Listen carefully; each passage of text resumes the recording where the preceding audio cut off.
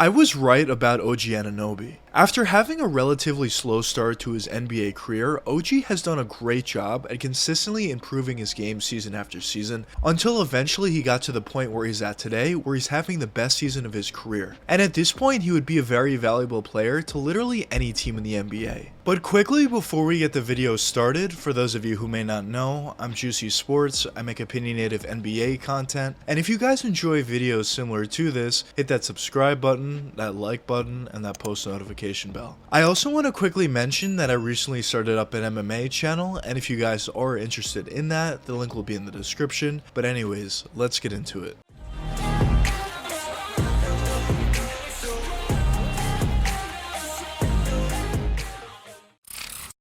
OG Anunoby was drafted with the number 23 overall selection during the 2017 NBA draft by the Toronto Raptors. And originally when OG was drafted, there weren't all that many expectations, but there was certainly potential with him. The potential that the Raptors and some others saw in OG was a potential Kawhi Leonard build. Now obviously people didn't expect OG to become Kawhi Leonard or get anywhere near that, but he was seen as a guy that was a really good defender, and maybe over the long-term future he could improve his offensive abilities. And early on in his career, basically all you saw from him was his defense. In his rookie season, he only averaged 6 points per game on 47% shooting from the field, 2.5 rebounds on 0.7 assists. Now there were certain possessions where OG looked pretty good out there offensively, but they weren't all that consistent. But that's something that a lot of young players deal with, and it was really nice to see the potential that OG had. But the main reason why OG was getting playing time in his rookie season was certainly his defense. It was really nice to see that his defense translated perfectly from college to the NBA. In the NBA, he was still doing a really nice job at guarding the opposing team's best player each and every night. And even though OG was only averaging 20 minutes in his rookie season, that didn't necessarily mean he wasn't playing against the best, because he certainly was. Now in year 2, OG improved slightly, averaging 7 points per game on 45% shooting from the field, 2.9 rebounds on 0.7 assists. The season after that, he improved slightly once again, averaging 10 points per game on 50% shooting from the field, 5.3 rebounds on 1.6 assists. But the real breakout season for OG was in 2020. During that 2020 season, he improved his numbers across the board, averaging 16 points per game on 48% shooting from the field, 5.5 rebounds on 2.2 assists. Now the seasons prior to that, OG was showing nice improvement year in and year out, improving certain aspects of his offensive game, but he never really put everything together. But during that 2020 season is really where he started to put things together. He was doing a really nice job at spreading the floor out for wide open 3-point jump shots. He was also doing a really nice job at creating for himself as well, with post turnaround fadeaways, driving all the way to the basket, one dribble pull up from that mid-range area, and overall he just added a lot of different abilities to his offensive game. And at that point, even though he wasn't an all-star caliber guy, or even though he wasn't a high-level starting level guy, he still was very valuable, and the fact that he was doing that pretty early on into his NBA career was certainly very promising for the long term.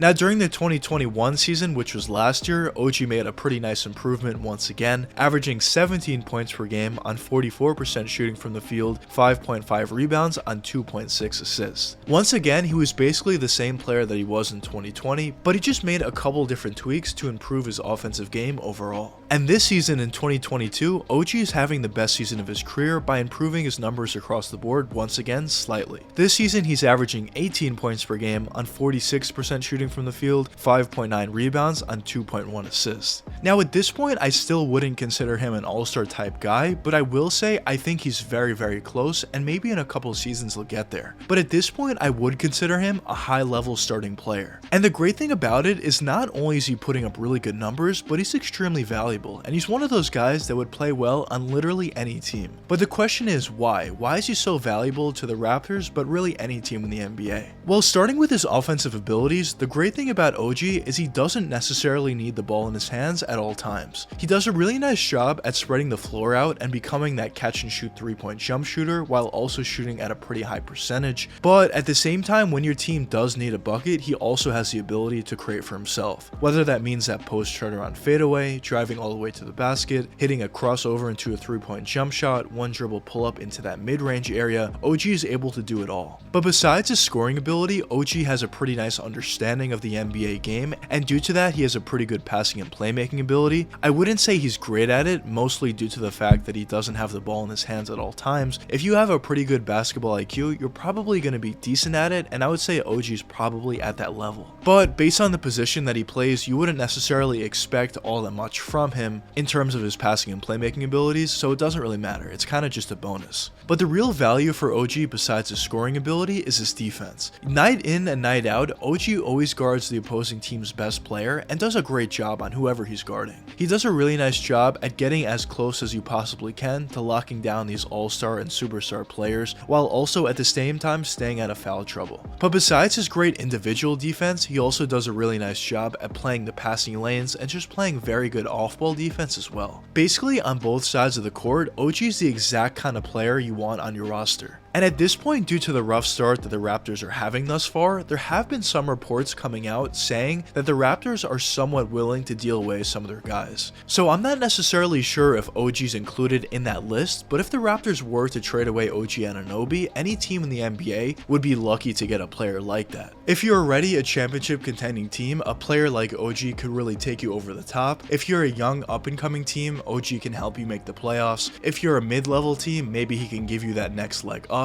And overall, OG would just make a huge difference to any team he does get traded to. If, of course, that does happen. There's no guarantee that the Raptors trade him, I'm just talking about the reports that have come out recently. But now the question is, why did I title this video I was right about OG Anunoby? Well, the reason why I titled it that is OG has been a player that I've been looking at for a very long time, and I actually made a couple videos about OG in the past talking about how good I thought he was. And although he didn't make significant improvements from last year, he did a really nice job at slowly improving his game season after season. And I mentioned this in so many of my videos, but basically the young players that are talented and show you that are the hard workers. So the fact that OG is an extremely hard worker would lead you to believe that he's probably going to be really good within the next 5 seasons, much better than he is now. And if OG is able to continue on this trajectory that he's going on, who knows how good he could be in 5 or maybe even 7 seasons. But basically the point is, a while back I did say OG Anunoby was the next Kawhi Leonard, not in the sense that he was going to be the same star power or the same level, but I did think he would be at the bare minimum an all-star level player, and I said this years ago. So of course OG still isn't at that point yet. I wouldn't consider him an all-star player yet. He is very close, but I would fully expect him to get there within the next 2 or 3 seasons. But overall, it has been extremely impressive and has been extremely fun to see the growth of OG Anunoby. And I can't wait to see where OG is in 5 seasons from now. But I guess only time will tell what does end up happening with OG Anunoby. But anyways, let me know what you guys think in the comments. Do you think OG Anunoby could potentially be a much better player in 5 seasons from now, or do you not think so? But anyways, I hope you guys enjoyed the video, and if you did enjoy, check one of these 2 videos popping up now, and until the next time, peace out guys.